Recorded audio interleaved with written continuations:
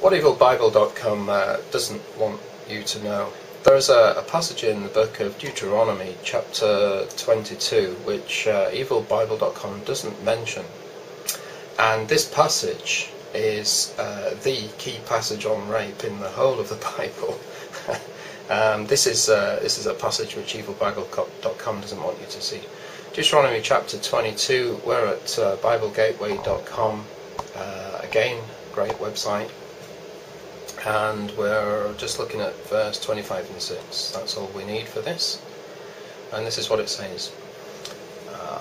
But if out in the country a man happens to meet a girl pledged to be married and rapes her, only the man who has done this shall die. Very, very clear, isn't it? Do nothing to the girl. She has committed no sin deserving death. Now listen to this. This is very important. This case is like that of someone who attacks and murders his neighbour. Let's spin you round and talk to you, because I know that you like my lovely face. Yeah, the Bible's very clear there, isn't it, that rape, the sin, a crime of rape, is the same as the crime of murder. What does it say again? This case is like that of someone who attacks and murders his neighbour, and the punishment for that is capital punishment. It is death. So if somebody attacks and murders his neighbour, the murderer, this is the Old Testament, this isn't Christianity, this is just the Old Testament that we're looking at here. Somebody attacks and murders his neighbour, the attacker is to be put to death, but not the neighbour, the one who was attacked. And in the case of rape, it's the same thing, that the one who attacks, who perpetrates the rape, is to be put to death, and not the poor girl who suffered this terrible crime. Now, if that isn't clear, I just don't know what. And it's interesting, isn't it, that Evilbible.com doesn't want you to know that, because Evilbible.com is evil and isn't interested in the truth. Something else I noticed, let's just flick you back to Evilbible.com and have a look at the actual website. Let's put that onto full screen. And so if you search for rape in the Bible on Google, this is the page you'll come up. And what we're going to do is we're going to just take this entire page. I'm just going to go through it one thing after one item after another and analyse whether or not they are actually true. I haven't got to the end of them yet, but I don't need to know that none of them are true. I'm about 3/4 of the way through, and I'm going to answer each one of those. I also notice when I look around this that this website that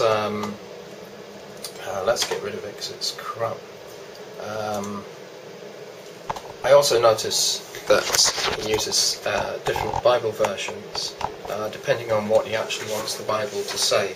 And by picking and choosing different Bible versions and mixing them up, you can sometimes just help yourself to twist a message a little bit, and that's clearly what he's done in there.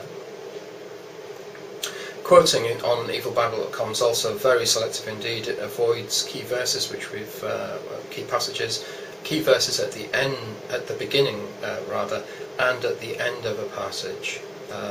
And so he goes for he just picks out the bits which he hopes will deceive you. No context is presented for any of the passages or any of the quotes, and there are no quotes from the New Testament. It'd be interesting, wouldn't it, to do a study on Jesus, what Jesus had to say about rape and women, how Jesus treated women, and I may well do that actually, because actually women get a real good deal with Jesus in the New Testament.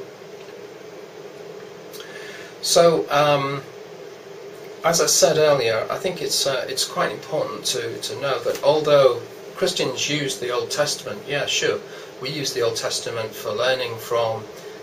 The New Testament tells us that the law of the Old Testament is spiritual and is superseded by the grace of God. And we live under the grace of God. Jesus said, love your enemies, pray for your enemies. The Old Testament is just that. It's the testament of old. The New Testament is just that, it's the testament of new. So Christians are not Jews. There are Jews who are Christians, obviously, but we are Christians. We're followers of Jesus Christ. Yes, we use the Bible incorporating the Torah, the Old Testament, but we follow the teachings and the way of Jesus Christ. The Bible says that he's a new and living way, quite different to the ways of old. And to try to discredit Christianity by analysing and manipulating the Old Testament is very, very deceptive indeed. The question is, can we trust Evilbible.com as a source of information about the Bible? And we shall find out that we can't trust it even a little bit. Thank you for watching again.